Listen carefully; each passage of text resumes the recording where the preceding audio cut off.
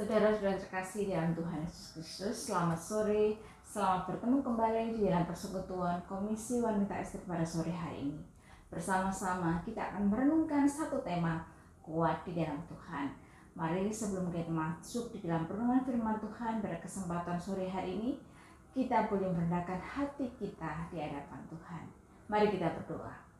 Bapa di dalam kerajaan surga, kami sungguh bersyukur, berterima kasih karena Tuhan tetap memberikan kekuatan dan keberanian bagi kami untuk kami boleh memasuki tahun 2023 ini bersama-sama dengan Tuhan. Kami merenungkan sebagian dari sabda Tuhan, bila Tuhan boleh memimpin perenungan firman Tuhan pada kesempatan sore hari ini. Di dalam nama Tuhan Yesus Kristus kami sudah berdoa. Amin. Bersama-sama kita akan membaca satu bagian teks firman Tuhan yang terambil dari kitab Yosua pasal yang pertama ayat 6 sampai dengan yang ke-9. Firman Tuhan berbunyi demikian. Kuatkan dan teguhkanlah hatimu, sebab engkaulah yang akan memimpin bangsa ini memiliki negeri yang kujanjikan dengan bersumpah kepada nenek moyang mereka untuk diberikan kepada mereka. Hanya kuatkan dan teguhkanlah hatimu dengan sungguh-sungguh. Bertindaklah hati-hati sesuai dengan seluruh hukum yang telah diperintahkan kepadamu oleh hambaku Musa. Janganlah menyimpang ke kanan atau ke kiri supaya engkau beruntung kemanapun engkau pergi.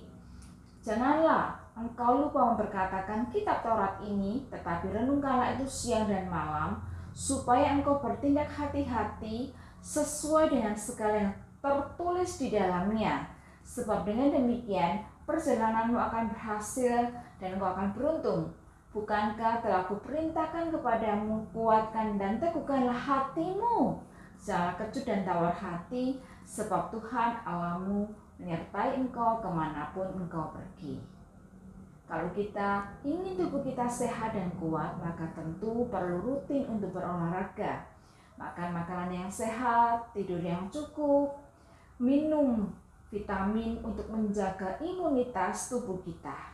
Tubuh yang sehat itu tidak terjadi dengan sendirinya, tetapi ada beberapa hal positif yang tentu saja harus kita lakukan.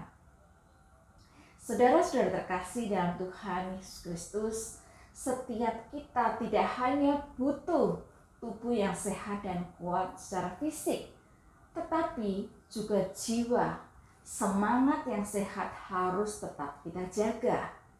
Teks firman Tuhan yang kita baca hari ini mendorong setiap kita untuk tetap kuat di dalam Tuhan. Tuhan memerintahkan Yosua untuk kuat dan berani maju sebagai seorang pemimpin baru yang akan memimpin bangsa Israel memasuki negeri perjanjian, yaitu negeri Kanaan. Musa telah menyelesaikan tugasnya membawa bangsa Israel keluar dari Mesir menuju ke Kanaan. Meskipun dia tidak diperkenankan oleh Tuhan untuk memasuki tanah perjanjian itu, Musa hanya berkesempatan untuk melihat negeri perjanjian ini dari jauh. Saudara-saudara terkasih dalam Tuhan Yesus Kristus, selama 40 tahun, Yosua setia mendampingi Musa sebagai abdinya. Siapa sesungguhnya Yosua yang meneruskan tongkat estafet kepemimpinan Musa? Tidak banyak informasi yang bisa kita dapatkan tentang kehidupan Yosua. Hanya satu yang kita ketahui, bahwa dia adalah anak Nun, dan selama 40 tahun dia berkelana di padang gurun bersama-sama dengan orang-orang Israel. Nama Yosua sendiri pertama kali disebut ketika dia memimpin bangsa Israel di dalam pertempuran melawan orang Amalek. Saat terjadinya pertempuran itu, Musa berada di puncak bukit dengan tangan terangkat, dan Yosua berperang melawan bangsa Amalek di dalam Keluaran 17 ayat yang ke-10. Nama Yosua kembali disebutkan karena dia adalah abdi Musa selama 40 tahun di padang gurun. Ketika Musa naik ke Gunung Sinai untuk menerima kedua loh batu, dikatakan di dalam Keluaran 24 baik Yosua maupun Musa naik ke Gunung Sinai, tetapi Yosua tidak sampai ke puncak gunung itu. Hanya Musa yang dipanggil untuk memasuki awan dan naik ke hadirat Tuhan. Yosua dengan setia menunggu Musa turun dari Gunung Sinai selama 40 hari. Yosua tetap setia menanti Musa dan tidak terseret untuk menyembah anak lembu emas yang telah dibuat oleh orang Israel. Dia adalah seorang pribadi yang setia kepada Tuhan dan juga setia di dalam menjadi abdi Musa. Saudara-saudara terkasih dalam Tuhan Yesus Kristus, tidak cukup sampai di sini. Nama Yosua kembali disebut di dalam Kisah 12 orang pengintai. Dan Yosua adalah salah satu pengintai yang diperintahkan untuk memata-matai negeri Kanaan. Hanya Yosua dan Kaleb yang cukup beriman untuk berkata, Tuhan telah memberikan negeri ini kepada orang Israel. Namun karena ketidakpercayaan 10 mata-mata yang lain, maka orang Israel harus mengembara di padang gurun selama 40 tahun. Dan Yosua harus menunggu bersama-sama dengan orang Israel.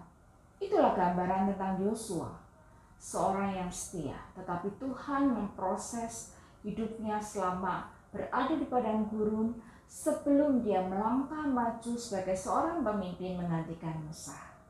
Saudara-saudara terkasih di dalam Tuhan Yesus Kristus, Yosua adalah seorang pribadi yang setia dan Tuhan telah mempersiapkan Yosua selama kurang lebih 40 tahun.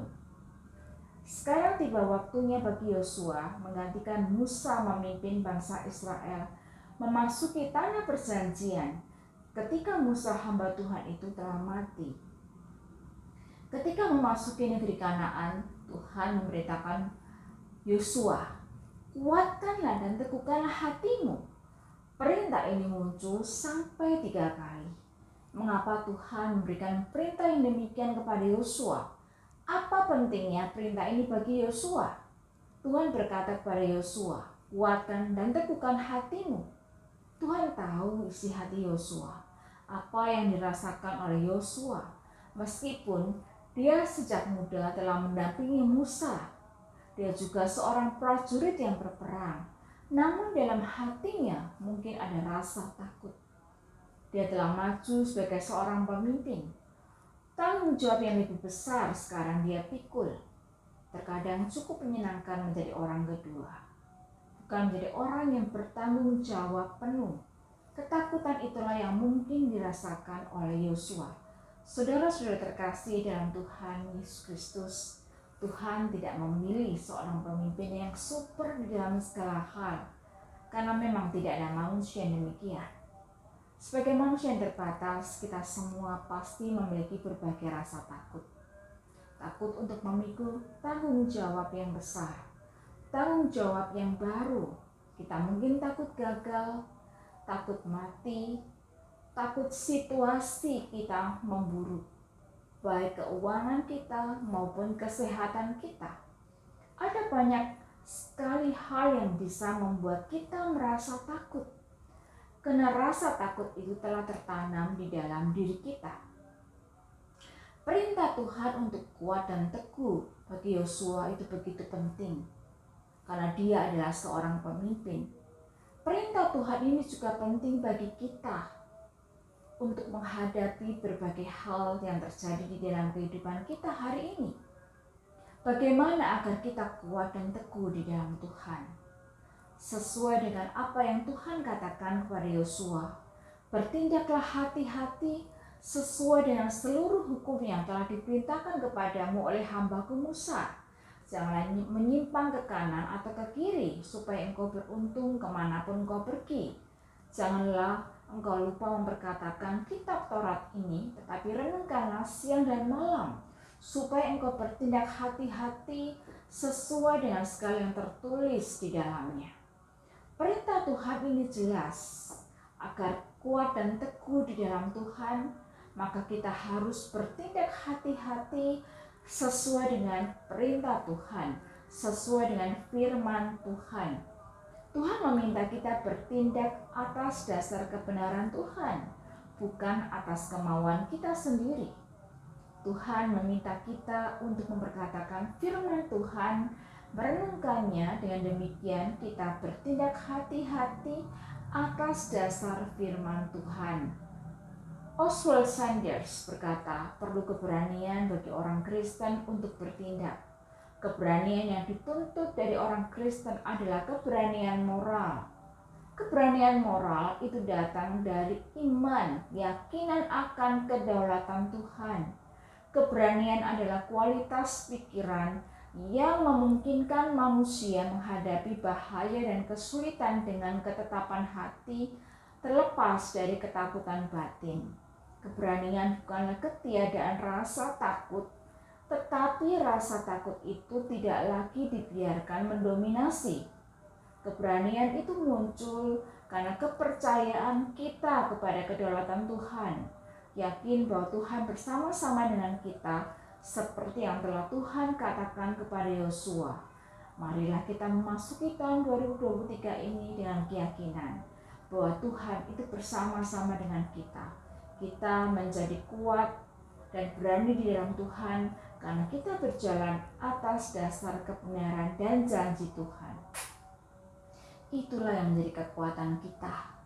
Kuat dan berani bukan berarti tiadanya rasa takut, namun keyakinan akan kuasa Tuhan itulah yang mendominasi pikiran kita. Itu yang membuat kita kuat dan berani.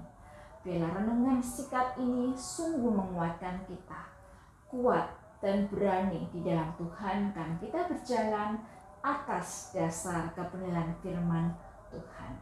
Amin.